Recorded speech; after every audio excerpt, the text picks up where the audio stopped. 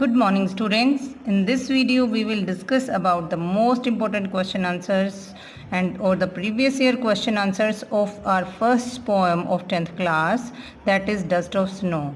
Dust of Snow is our first poem of our 10th class syllabus and it is written by Robert Frost. तो इसके जो questions repeatedly papers में पूछे जाते हैं उन्हीं को हम डिस्कस करेंगे और इन्हीं को याद करेंगे और अपनी नोटबुक में नोट डाउन भी करेंगे. तो let's read dust of snow and this is the main idea of the poem. अगर हम डिस्कस करते हैं इसका मेन आइडिया बहुत इंपॉर्टेंट होता है students. It is the main idea of the poem.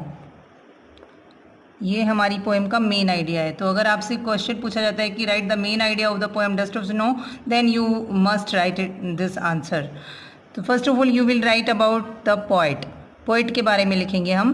The poem dust of snow is written, WRITTEN is this, written by Robert Frost. Robert Frost के द्वारा लिखी गई है ये कविता.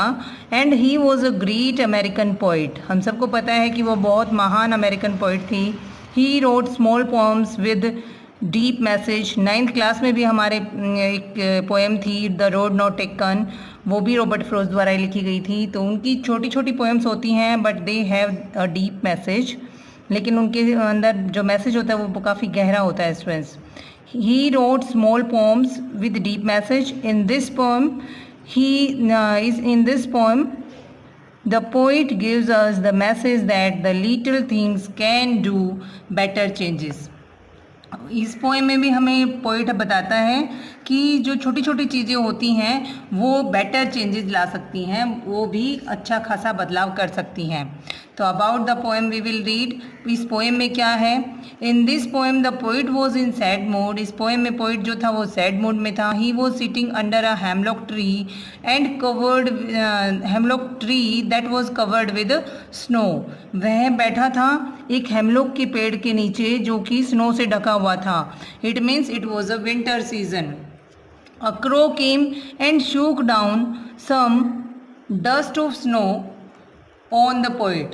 और इतनी देर में एक कौवा आया और उसने कुछ डस्ट ऑफ स्नो पोइट के ऊपर डाली. जैसे ही वो बैठा तो पेड़ के हिलने से डस्ट ऑफ स्नो जो थी वो पोइट के ऊपर गिर जाती है. A crow came, shook down some dust of snow on the poet. That snow changed his mood and saved some part of his day.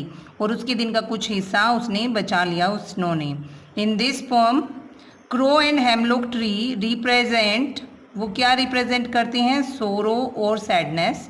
And the dust of snow represent happiness.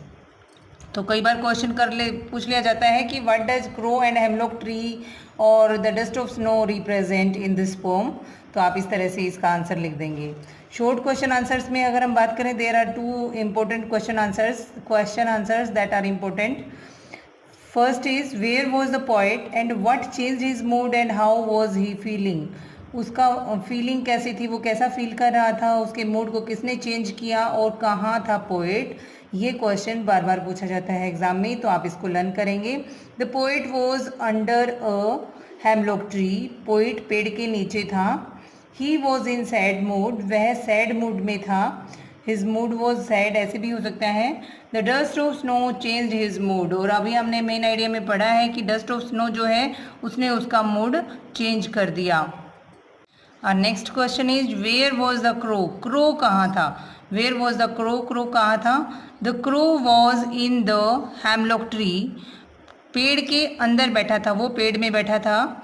It shook down dust of snow on the poet. और इसने, it मतलब crow ने shook down किया dust of snow को, हिलाकर नीचे गिरा दिया पोएट के ऊपर. And saved his day and changed his mood. और उसके कुछ दिन का कुछ हिस्सा उसने बचा लिया बर्बाद होने से और उसके मूड को चेंज किया. तो these were the question answers that you must learn of this pome. Thank you. Have a nice day. For more videos like this, you can subscribe my channel and stay home, stay learning.